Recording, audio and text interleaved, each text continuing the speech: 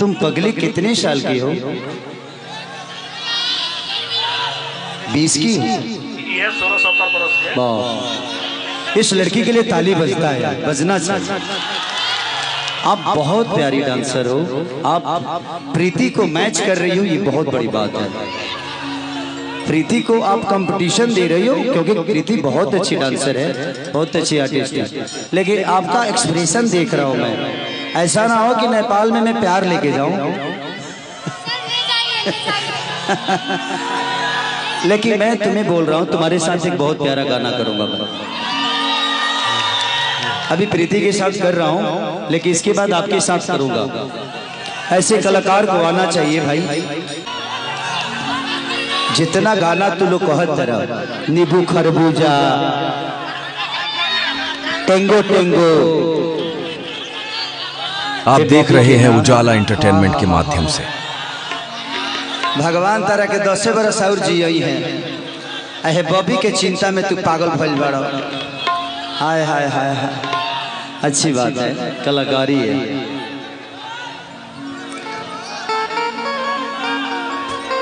कि एगो बात बताई तो बता देबो का, अल्लाह बानी से नूरा लगा देबो। कि जिंदगी में जौहर बा, पगलाई तो हो पे सहर बा।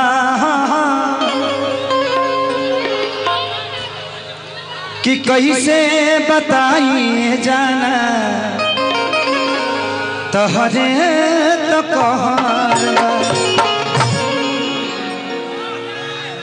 कि तू तो सब कुछ कर तारू जान के,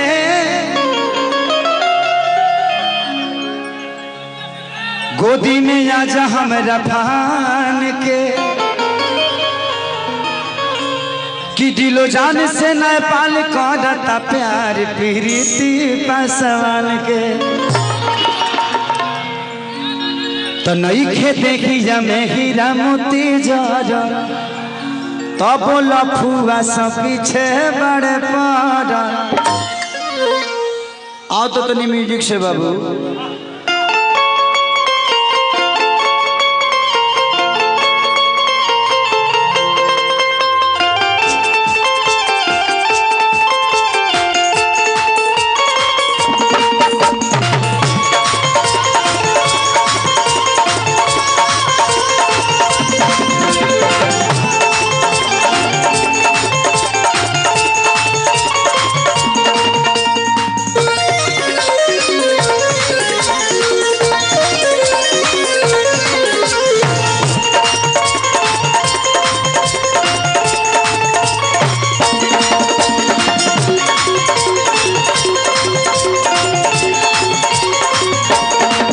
नइखे देखे में हीरा मोती जरा,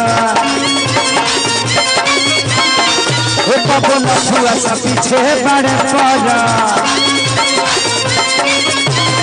हो नइखे देखे में हीरा मोती जरा, पापो लफुआ सब पीछे बड़े पड़ा। कि अपना दिलावा में जगह बनावे देबू का। तो एगो बात बताई तो बताए देबो का, एगो बात बताई तो बताए देबो का। लाइल बानी से नूरा लगा देबो का।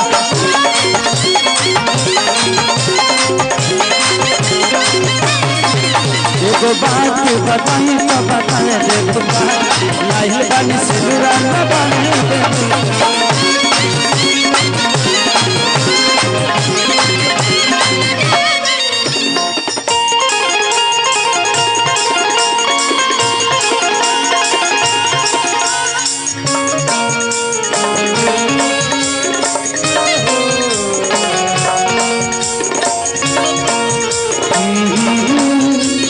हाँ हाँ हाँ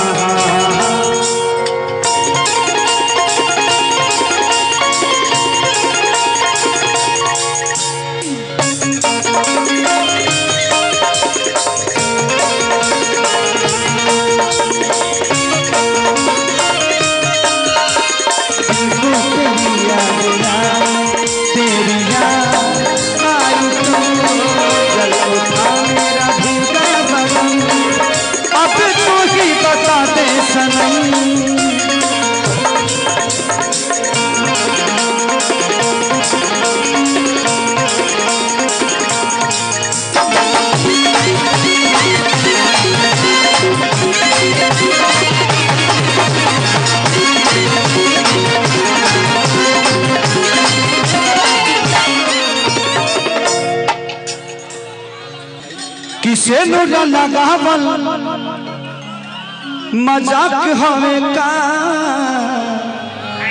पागल के तोहरो दिमाग हवे का तो सेनुरा लगावल मजाक हवे का पागल के तोहरो दिमाग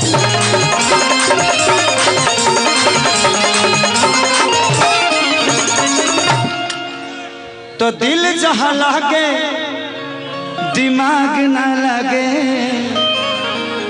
पूछ लेनिए से कि खराब ना लगे तो दिल जहाँ लगे दिमाग ना लगे पूछ लेनिए से कि खराब ना लगे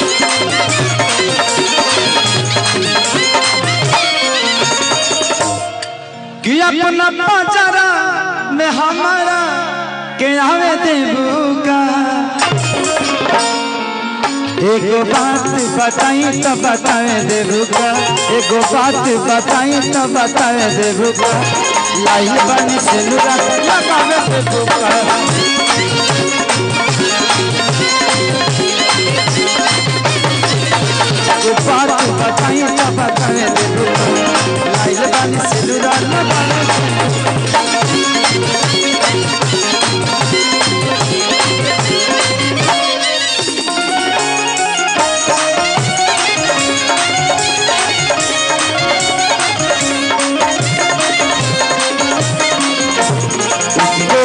है मेरा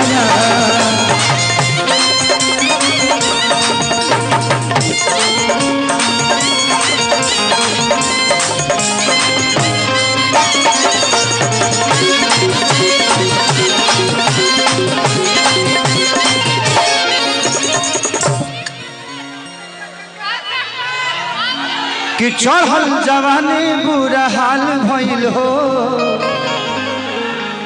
तोहरा पीछे पागल न पाल भइल हो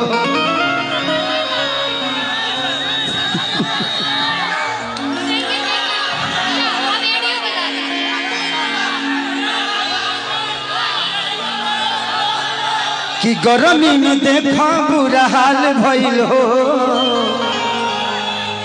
खेसरिया के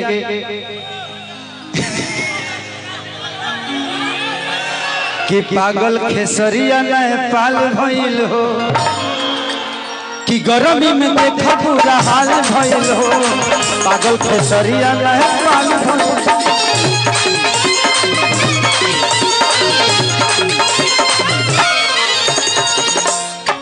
तो भले खेसारी बिहारी हुए हो असगरी मजनुआ पर भारी हुए हो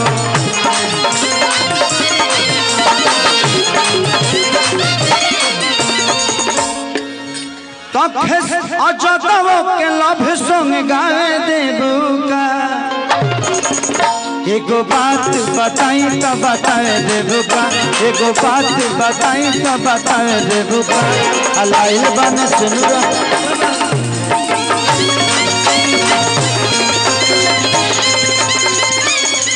एगो बात बताई तो बताए देबूका अलाइल बन